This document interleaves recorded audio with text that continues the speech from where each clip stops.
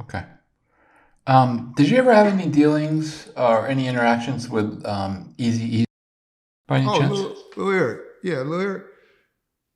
Well, No, I just actually, didn't know if you had any interactions with him, or if you ever had any stories with him, or anything like that. I called him Lil Eric, but not Lil E. I meant to say Easy. Yeah, I had a few. You know, he was from Compton. He was Kelly Park Crip. A lot of y'all always go back and forth, whether he was neighborhood, Kelly, or Atlantic, or South Side. Those are the Crip gangs pretty much in the area, but he was pretty much claimed Kelly Park, Compton Crips.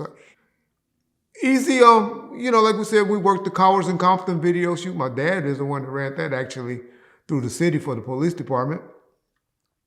Met him on that set and saw him a few times there. Y'all got to remember, as cops back then, a lot of the younger cops like I was back then didn't really too much care for him. I did, but you know, my boys, the guys that was close with me, because he was still known for NWA success and the fuck the police type music and stuff like that. And so a lot of the cops had problems working it. But my dad was always the type of cop that, hey man, as long as niggas trying to do right, people trying to do right, they gonna get a break from me. They gonna get love, and Easy and them was doing right, and so he put a crew of his loyal guys together, and they worked security, and they did a lot of good shots, you know, in Compton. So met him during that time. He lived actually. He's a little older. He's about 8 years older than my wife, but they actually their backyards will coincide with each other, and so their family, the Guillerys, which they actually grew up in the in hood area, they were actually tight with Eric and their family. I get questions a lot from some people that don't really know much about Reggie Wright, you know, which I understand, I get it.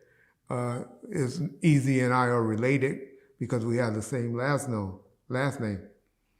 Well, no, my running joke when I ask that question, I always say, no, we just our ancestors just had the same slave owners.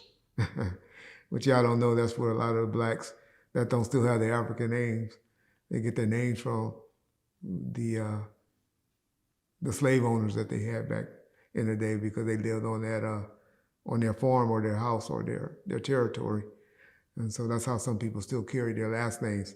That's why a lot of the people change their names back to the African names, and you get the Muslims big on that, where they change their names because they always said that that's their slave owner name and not their, you know, their original names. So no, Eazy and I are not related.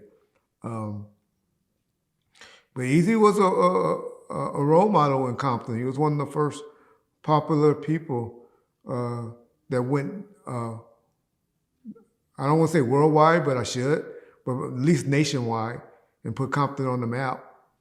NWA, I think, is known for that, other than, you know, the athletes that eventually came from it that made it proud to be from Compton. That's when your Serena Williams and Tiger Woods and your DeMar DeRozans and your Anthony Andersons and all of them now want to say they from Compton prior to Eazy and NWA putting Compton on the map as they did. People didn't brag about being from Compton. A little trivia question, y'all don't know. Even y'all first George Bush Sr., well, he's not actually a senior because I think they changed their middle names, but the first president, George Bush, he went, lived in the Santa Fe Gardens, which is the 500, 600 block of South Santa Fe Avenue. And while he was going to Compton College, Compton Community College, doing a summer program. And so, yeah, Compton had some history, but shout out to Eazy for helping getting Compton out there and known for other than y'all say a corrupt police department and gang violence. But yeah, that's all I can really honestly say about Eazy-E. But the thing that I wanted to touch on, just to clear up other rumors about Eazy, and the reason why I'm talking about Eazy so much because I do get asked comments in the comment sections a lot about any stories about Eazy. That myth that's out there was Suge, to keep telling y'all, DOC try to tell y'all, Suge is a fucking thinks he's a fucking comedian. When he made the crack or the quack or the joke about injecting Eazy with HIV and all of that. Suge probably couldn't inject himself with diabetes medicine correctly. And so that's just him being funny. Suge wouldn't knew anybody or known anyone to walk around with a syringe with HIV in it and to get close enough to Eazy to stick him. So that was the Suge trying to be funny. So let's clear that up. The part where Eazy said, I'm still getting paid, or Dre Day is a payday for Eazy. Well, yeah, that's a little truth. The payment wasn't coming from Interscope or Death Row. The payment was coming from a company called Priority Records. Priority Records had to deal with Eazy-E. Brian Turner was very, very loyal to Eazy-E, NWA, not Ruthless, but NWA. But he had a great relationship with Eazy. He's the one that kind of really helped and gave them their break. And so what people don't know is when Suge got Dre out of the contract with Dr. Dre out of the contract with Ruthless Records or Eazy-E,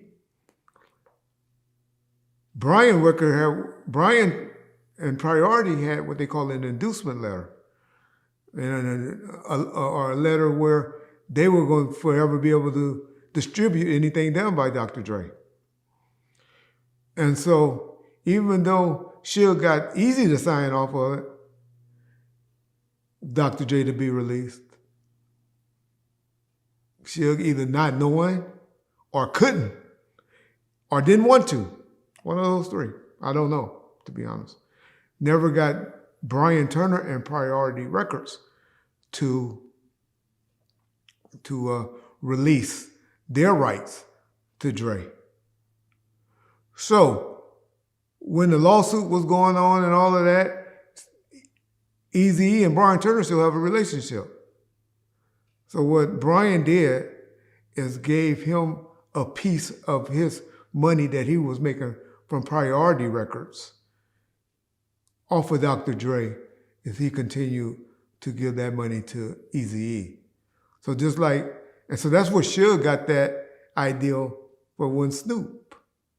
He said, okay, Brian, you're going to give me an override with them, just like I gave you an override. Let you keep an override on Dre when I released him, to Master P and No Limit in you. You're going to do the same for me that I did for you with Eazy. And that's how that conversation went, and the reason that Eazy always bragged to have make money off of Dr. Dre. And even till today, I really believe that's why Dre never was so active on giving money or doing deals with, or doing record deals. Because even to this day, Priority Records, along with whoever Interscope is in business with, be it was Time Warner or eventually Universal, they always was distributed by Priority Records. If y'all look on the back of any albums that's considered Dre's albums, was always distributed by Priority Records. And yeah, and so that's another rumor that's out there, or a little known fact about Eazy-E. Eazy-E wasn't a gang member. I can't see any Kelly Park Crips ever saying that he got in cars and did shootings or anything like that with them. But Eazy-E wasn't no punk. And Eazy-E, like I said, over anybody in my mind, should get credit for putting the city of Compton on the map. So yeah, shout out Eazy and Eric Wright, Ruthless Records. Another thing that a lot of people always ask about on Eazy, and like I said, the only reason I'm speaking on this stuff is because people always ask us about any Eazy stories. So we say, well, why did Eazy why did his kids never, or they didn't get anything? Well, something I want to teach you guys, and I want y'all to learn about, is what things called living trust. Man, if you don't want baby mamas or people that you don't have relationships anymore with to have control over your stuff, if you're a single man, or maybe even want to dedicate some stuff that's not community property with your wife, get a living trust, y'all. So, Eazy, we all know, married Tamika on his deathbed. Why? Why did he do that? Why would he do that knowing he's about to die? Marry a woman. Did they make him do that? No. Eazy knew how many baby mamas he had. Probably didn't like them. All his kids was under 18. So if Eazy wouldn't have married Tamika, or Tamika wouldn't have agreed to marry Eazy, what would happen, y'all, to his rights of Ruthless Records? Do y'all know? They would have had 8 different owners. Or, I think he had 8 kids. Don't quote me. I know y'all tear me up. But that many baby mamas and that many kids would have got that, because when you have kids, your kids are and you're not married, and you don't have anything in writing, they become your number one successors. And guess who become in charge of those 8 kids, or those kids, however many kids he had, until they became 18? They're usually their mama, but technically the correct term is their guardian. And so Eazy didn't want that to go to all those different baby mamas, because he knew that would have been hell.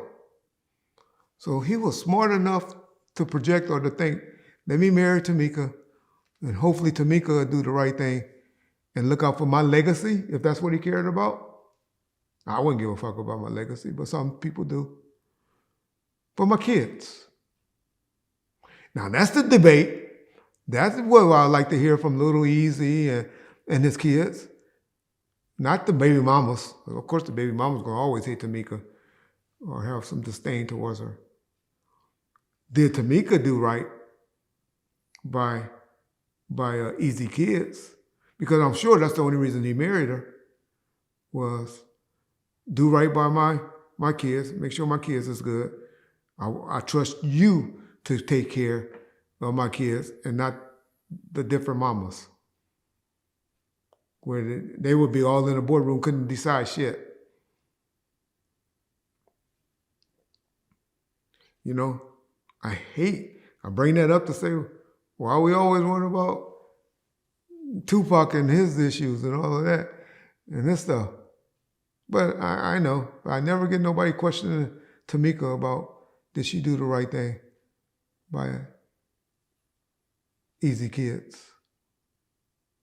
Or did she just take the conversation and say, just me and mine gonna do good.